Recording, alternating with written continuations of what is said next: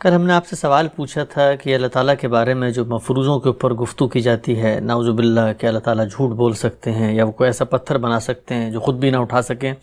اس طرح کی بحثوں پہ آپ نے اپنا نقطہ نظر تفصیل سے بیان کیا تھا۔ ایک ضمنی پہلو، ضمنی اشکال سامنے آیا ہے، میں چاہتا ہوں اس پر بھی آپ تفصیلی بات کریں۔ وہ یہ کہ خود جب آپ سے خدا کے وجود پر اور اس کے وجود کے اس بات کے دلائل پر بات کی جاتی ہے، مختلف ایتھیزم، اگنوسٹزم کے استدلالات سامنے رکھے جاتے ہیں، تو اس کے جواب میں کہا یہ گیا ہے کہ آپ بھی بہت منطقی انداز میں ان کا رد کرتے ہیں، عقلی دلائل دیتے ہیں، اور سامنے والا جو ہے وہ اس سے مبہوت ہو کے رہ جاتا ہے۔ سوال میرا آپ سے یہ ہے کہ یہ علمی عقلی دلائل تو آپ بھی اپنی گفتگو میں دے رہے ہوتے ہیں، اور ایک عام طور پہ تاثر یہ ہے، میں چاہتا ہوں ذرا اس سوال میں اس کو بھی شامل کیجیے گا۔ لوگ یہ کہتے ہیں بھائی غامدی صاحب کی گفتگو تو بڑی ریشنل، بڑی لاجیکل، بڑی انلائٹنڈ، بڑی عقلی گفتگو ہوتی ہے، تو یہ پورا جو آپ کا پیراڈائم ہے یہ بھی تو علمی عقلی منطقی دلائل کے ذریعے یہ جدید اشکالات اور شبہات کا جواب دے رہا ہوتا ہے، تو وہاں پر پھر وہ آپ کی بات کہاں ہے، قرآن کا فطری سادہ استدلال؟ قرآن مجید کے فطری سادہ استدلال کو آپ عقلی نہیں سمجھتے؟ جو بات میں نے عرض کی تھی وہ یہ تھی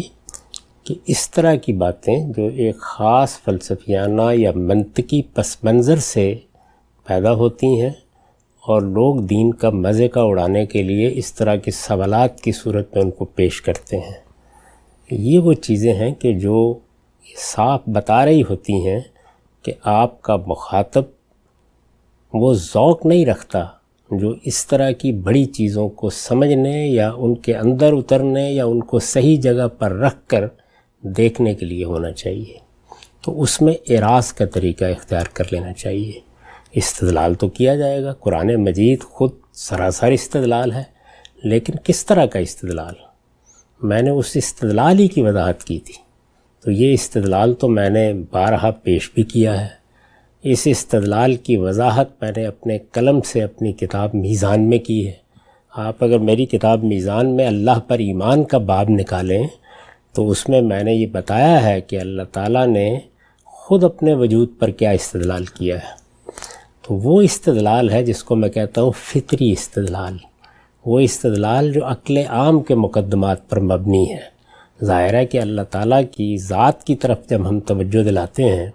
اور یہ کہتے ہیں کہ اس دنیا کو دیکھو، اس کائنات کا مطالعہ کرو، اپنے وجود پر ایک نگاہ ڈالو، مخلوقات میں اللہ تعالیٰ کی قدرت اور حکمت کا ظہور جس طرح سے ہوا ہے اس کو سمجھو، تو یہ کیا استدلال ہی کر رہے ہوتے ہیں؟ تو میں استدلال کے طریقے پر گفتگو کر رہا تھا، یعنی یہ تو میں نے کبھی نہیں کہا کہ آپ بے سوچے سمجھے دین کے مقدمات کو مان لیں۔ یہ بتایا تھا کہ قرآن مجید میں ہمیں مذہب میں یا مذہبی معاملات میں استدلال کا طریقہ کیا بتایا ہے۔ دو طرح کی چیزیں ہیں نا، ایک وہ چیزیں ہیں کہ جو ہمارے دائرہ علم میں آتی ہیں جن میں استدلال کے مقدمات بھی ان چیزوں سے اٹھائے جاتے ہیں جو ہمارے تجربات اور مشاہدات پر مبنی ہیں۔ چنانچہ استدلال کا یہ طریقہ بھی دین میں اختیار کیا جاتا ہے۔ مثال کے طور پر کچھ چیزیں دین میں ممنوع قرار دی گئی ہیں، وہ چیزیں ہیں کہ جن کی ممانعت کیوں ہوئی ہے، اس کا باعث کیا ہے، اس کے لیے تجرباتی یا مشاہداتی استدلال پیش کیا جا سکتا ہے تو کرنا چاہیے۔ کچھ چیزیں وہ ہیں کہ جن کا تعلق عالم غیب سے ہے، یعنی اس دنیا سے ہے جس کو ہم دیکھ نہیں سکتے، تجربے میں نہیں لا سکتے، مشاہدہ نہیں کر سکتے۔ ظاہر ہے کہ ذات خداوندی کا معاملہ بھی یہی ہے، یعنی یوں تو نہیں ہے کہ اللہ تعالیٰ کو دکھایا جا سکتا ہے یا آپ کو آسمان پر لے جایا جا سکتا ہے کہ مشاہدہ کر لیجئے، تو یہاں استنباطی استدلال ہوگا۔ استنباطی استدلال قرآن نے ذات باری کے بارے میں کرنے کا طریقہ کیا بتایا ہے، وہ طریقہ وہ نہیں ہے جو ہمارے ہاں متکلمین نے اختیار کیا ہے یا منطقی ذہن رکھنے والے لوگ اس کو اختیار کرتے ہیں۔ اس پر میں ظاہر ہے کوئی تفصیلی گفتگو اس وقت نہیں کر رہا تھا، ایک سوال آپ نے کیا، اس کا میں نے اجمال سے جواب دیا۔ اصل میں قدیم فلسفے نے بعض مقدمات اور بعض مفروضات پیدا کر دیے تھے،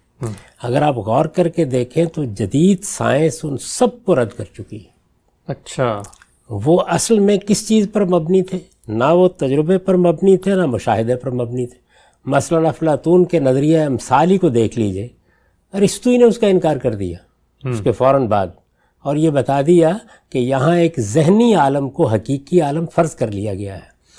پورے فلسفے کی مابعد طبیعت پر اگر ایک لفظ میں تبصرہ کیا ہے تو وہ یہی ہے، یعنی اس میں بعض ذہنی عالم یا ذہنی احوال ہیں کہ جن کو حقیقی سمجھ لیا گیا ہے اور ان کے درمیان ایسا منطقی ربط پیدا کر دیا گیا ہے جس طرح کا منطقی ربط بعض موقعوں کے اوپر ایک فکشن لکھنے والا پیدا کر دیتا ہے۔ یعنی وہ کیا کرتا ہے، وہ احوال بھی ذہن سے تخلیق کرتا ہے، وہ پلاٹ بھی ذہن میں بناتا ہے، وہ اس کے لیے کردار بھی ذہن کے اندر سے لاتا ہے اور پھر ان کے باہمی ربط کو اس طریقے سے قائم کر دیتا ہے کہ ہم ایک ناول پڑھ رہے ہوتے ہیں یا ایک افسانہ پڑھ رہے ہوتے ہیں تو خیال کرتے ہیں کہ ہم حقیقی کرداروں میں جی رہے ہیں۔ تو فلسفے کی مابعد طبیعت، جس کو بعد میں ہمارے ہاں ارباب تصوف نے بھی اختیار کر لیا، وہ اصلاً اسی طرح کے تخیلاتی استدلال پر مبنی تھی۔ تخیل کی ذرا وضاحت کیجیے۔ یعنی وہ چیزیں کہ جو نہ آپ کے تجربے میں آتی ہیں نہ مشاہدے میں آتی ہیں، ایک ذہنی دنیا آپ بنا لیتے ہیں، ساری شاعری اسی کی بنیاد پر ہوتی ہے۔ تخیل میں بڑا حسن ہے لیکن شاعری کے لیے، حقائق کی دریافت کے لیے نہیں۔ تو یہ طریقہ جب اختیار کیا گیا تو اس میں اس طرح کے منطقی سوالات بھی پیدا کر لیے گئے، یعنی اب اللہ تعالیٰ کی قدرت متعین کرنی ہے، اب اللہ کے علم کی تعین کرنی ہے، اب زمان و مکان سے ماورا ایک ہستی کو زمان و مکان سے متعلق یا غیر متعلق ثابت کرنا ہے۔ تو اس طرح کی جتنی چیزیں ہیں ان کے بارے میں نے بارہا یہ توجہ دلائی ہے کہ اس میں ایاز قدر خود بشناس، قرآن مجید نے بڑی عمدہ تعلیم دی ہے۔ ایک بہت اہم مسئلے کے اوپر جب لوگوں نے سوال کیا ہے تو اس سوال کا ایک اجمالی جواب دے کے یہ کہا کہ وَمَا أُوتِيتُم مِّنَ الْعِلْمِ إِلَّا قَلِيلًا، یعنی مذہب کا دعویٰ یہ نہیں ہے یا مذہب کی دعوت بھی یہ نہیں ہے کہ ہم آئیے آپ کو اللہ تعالیٰ دکھا دیں گے، اللہ تعالیٰ آپ کا تجربہ بن جائے گا، آپ آئیں ہمارے پاس تو ہم آپ کو اللہ تعالیٰ کی کچھ صفات کا یا کسی چیز کا مشاہدہ عالم بالا میں جا کر کرانے کی صلاحیت رکھتے ہیں، یا ہم آپ کو اللہ تعالیٰ کی ذات کو لفظوں میں آپ کے سامنے تصویر بنا کے پیش کر سکتے ہیں۔ ان میں سے کوئی بات بھی نہیں، بلکہ قرآن مجید میں صاف صاف بتا دیا گیا ہے کہ اس جیسی کوئی شے نہیں ہے، اور جب کوئی چیز اس جیسی ہے ہی نہیں، لیس کمثلہ شیء، تو آپ تمثیل کا انداز ہی کیسے اختیار کریں گے؟ اور تمثیل یا قیاس کے بغیر آپ کسی چیز کو جو تجربے اور مشاہدے میں نہیں آتی بیان کس طرح سے کریں گے؟ تو اس لیے قرآن مجید نے پھر یہ توجہ دلائی ہے کہ اصل میں انسان کو وہاں سے اٹھانا چاہیے جہاں سے وہ فطری طور پر اپنے پروردگار کے بارے میں سوچنے مجبور ہوتا ہے، یعنی اس کی ذات، مخلوقات، ان مخلوقات میں حکمت کا وجود، ان میں قدرت کا ظہور، ان میں ربوبیت کا ظہور، ان میں رحمت کا ظہور۔ جس وقت انسان اس عالم کو دیکھتا ہے تو جتنا گہرا اترتا چلا جاتا ہے وہ پکار اٹھتا ہے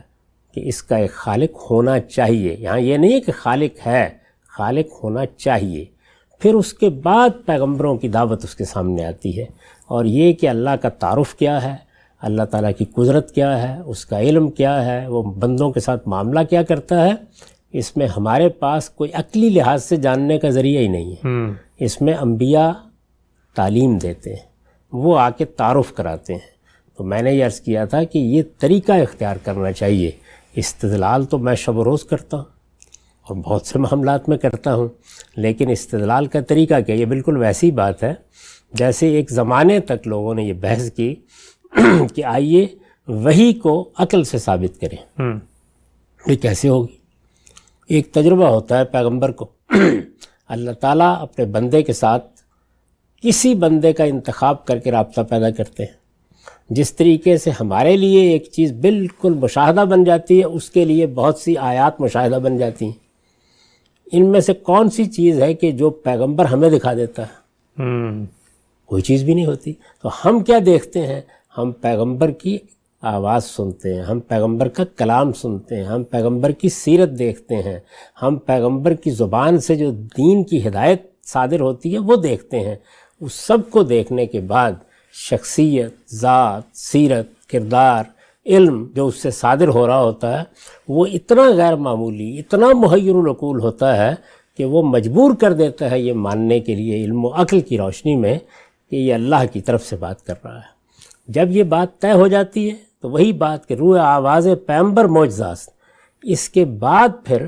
ظاہر ہے کہ وہ اللہ تعالیٰ کی تعلیم پیش کرتا ہے۔ تو اس میں یہ بتاتا ہے کہ مجھ تک وحی آتی ہے، اس میں یہ بھی بتاتا ہے کہ میں نے فرشتوں کو دیکھا ہے۔ ان میں سے کسی چیز کے اوپر بھی کوئی منطقی استدلال قائم کرنے کی ضرورت نہیں ہوتی، البتہ یہ سادہ حقیقت ہر آدمی کو سمجھائی جاتی ہے کہ جب اللہ تعالیٰ نے ایک بندے کا انتخاب کر لیا ہے اور یہ بتا دیا ہے کہ میں اس کائنات کا خالق ہوں، تو اب جو اطلاع بھی اللہ تعالیٰ دیں وہ اللہ کی قدرت سے تو بعید نہیں۔ اگر اس نے مجھے بنایا ہے اور ہزاروں لاکھوں مخلوقات بنائی ہیں اور وہ یہ بتاتا ہے کہ میں نے ایک مخلوق جن بھی بنا رکھی ہے، میں نے ایک مخلوق فرشتے بھی بنا رکھی ہے، وہ یہ بتاتا ہے کہ میرے فرشتوں کو یہ قوتیں دی گئی ہیں، وہ یہ بتاتا ہے کہ جنات کو میں نے اس طرح سے تخلیق کیا ہے، تو اس کو نہ ماننے کی وجہ کیا ہے؟ لیکن اگر یہاں استدلال کا یہ طریقہ اختیار کیا جائے کہ منطق کی بساط پر مجھے جن ثابت کرنے ہیں، تو یہ غلط طریقہ ہوگا۔ ہمارے ہاں بدقسمتی سے یہ طریقے اختیار کیے گئے، اس میں پھر ظاہر ہے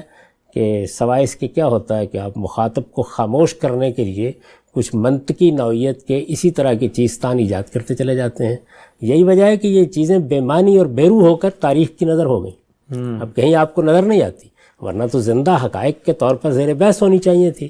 زندہ حقیقت کے طور پر کیا چیز زیر بحث ہے؟ وہی قرآن کا فطری استدلال، وہ آپ کے باطن کی طرف آپ کو توجہ دلاتا ہے، وہ آپ کو عہد الست کی داستان سناتا ہے، وہ اس کی یاد یہ کہتا ہے کہ تمہارے اندر اگرچہ محو کر دی گئی ہے لیکن اس کے آثار تم اپنے پورے وجود میں پاتے ہو، تو ان آثار میں ہاتھ پکڑ کر آپ کو ساتھ لے جاتا ہے، مخلوقات پر آپ کی نگاہ اٹھا کے کہتا ہے دیکھو انہوں، اسی طریقے سے کائنات کو کہتا ہے کہ دیکھو۔ ایک ایک چیز آپ قرآن مجید میں دیکھیں تو استنباطی استدلال یا عقلی استدلال کا بے مثال نمونہ ہمارے سامنے پیش کرتا ہے۔ یہ استدلال نفسی بھی ہے، یہ استنباطی بھی ہے، اور پھر اس کے بعد پیغمبر کی ذات سے جب دینونت کا ظہور ہوتا ہے تو ایک درجے میں حصی بھی بن جاتا ہے۔ تو یہ استدلال ہے جس کی میں نے وضاحت بھی کی ہے، جس پر میں نے گفتگو بھی کی ہے، جس کو میں نے اپنی کتاب میزان میں بھی بیان کیا ہے۔ اس میں یا میری گفتگوؤں میں کس جگہ پر اس طرح کے معاملات کو میں نے متکلمین کے طریقے پر بیان کیا ہے کہ اللہ تعالیٰ جھوٹ بول سکتے ہیں یا نہیں بول سکتے؟ ٹھیک ہے، ہم سے بہت ہی تفصیل سے آپ نے اظہار خیال کی۔ آخری چند سیکنڈ میں چاہتا ہوں ایک کمنٹ آپ سے اس ریلیٹڈ لے لوں۔ ہمارے ہاں کچھ جدید پڑھے لکھے مسلم تھنکرز، فلاسفرز نے بھی اسی منہج کو جب اپنایا تو بہت ساری قرآن مجید کے ایسے دعاوی جو منطق اور ان کی عقل کے مسلمات جس کو وہ سمجھتے تھے مطابق نظر نہیں آئے، تو انہوں نے ان کا انکار کر دیا، جیسے جن ہے، جنت جہنم کے حوالے ہم نے سر سید اور پرویز صاحب کے افکار پہ اس کی بھی کیا یہی وجہ بنی کہ وہ جو ایک ذہن لے کر گئے ہیں اس میں ایک چیز فٹ نہیں بیٹھی تو پھر انکار ہو گیا؟ بالکل ایسے ہی، یعنی قرآن مجید نے یہ بتایا ہے کہ تمہیں اپنے علم کے حدود کیسے جاننے ہیں، تمہیں کس درجے میں استنباطی استدلال کرنا ہے، کس جگہ تمہارے نفس کے اندر جو ہم نے ایک فطری نوعیت کا علم رکھا ہے اس کی دریافت کی طرف توجہ کرنی ہے، اور وہ کون سی جگہ ہے جس کے بعد انبیاء تمہاری رہنمائی کے لیے موجود ہوں گے، اور ان میں سے ہر درجے کے لیے ایک عقلی استدلال موجود ہے، لیکن یہ عقلی استدلال آپ کو اس جگہ پہنچاتا ہے، اس کے بعد پھر آپ مشاہدے اور تجربے کی دنیا میں داخل ہو جاتے ہیں۔ یہ طریقے کا مسئلہ ہے، کون سا طریقہ اختیار کرنا ہے؟ قرآن کا استدلال کا طریقہ، یہ طریقہ استاذ امام نے اپنی کتابوں میں اختیار کیا، حقیقت شرک میں، حقیقت توحید میں، یہ طریقہ تدبر قرآن میں اختیار کیا گیا۔ اس طریقے کی اور بہت سی مثالیں بھی اہل علم کے ہاں ملتی ہیں، میں نے بھی ہمیشہ یہی طریقہ اختیار کیا۔ یہ طریقہ شفا دیتا ہے دل کو، یہ انسانی فطرت کے لیے اللہ تعالیٰ کا پیغام بن جاتا ہے، تو قرآن نے یہ سکھایا ہے، تو میں نے قرآن کے استدلال کی طرف توجہ دلائی ہے۔ اس استدلال کو میں کیوں بیان نہیں کروں گا؟ میرا تو کہنا ہی یہ ہے کہ قرآن اپنے مقدمات کو ثابت کرنے کے لیے شافی و کافی ہے، کسی اور چیز کی طرف توجہ کرنے کی ضرورت ہی نہیں ہے۔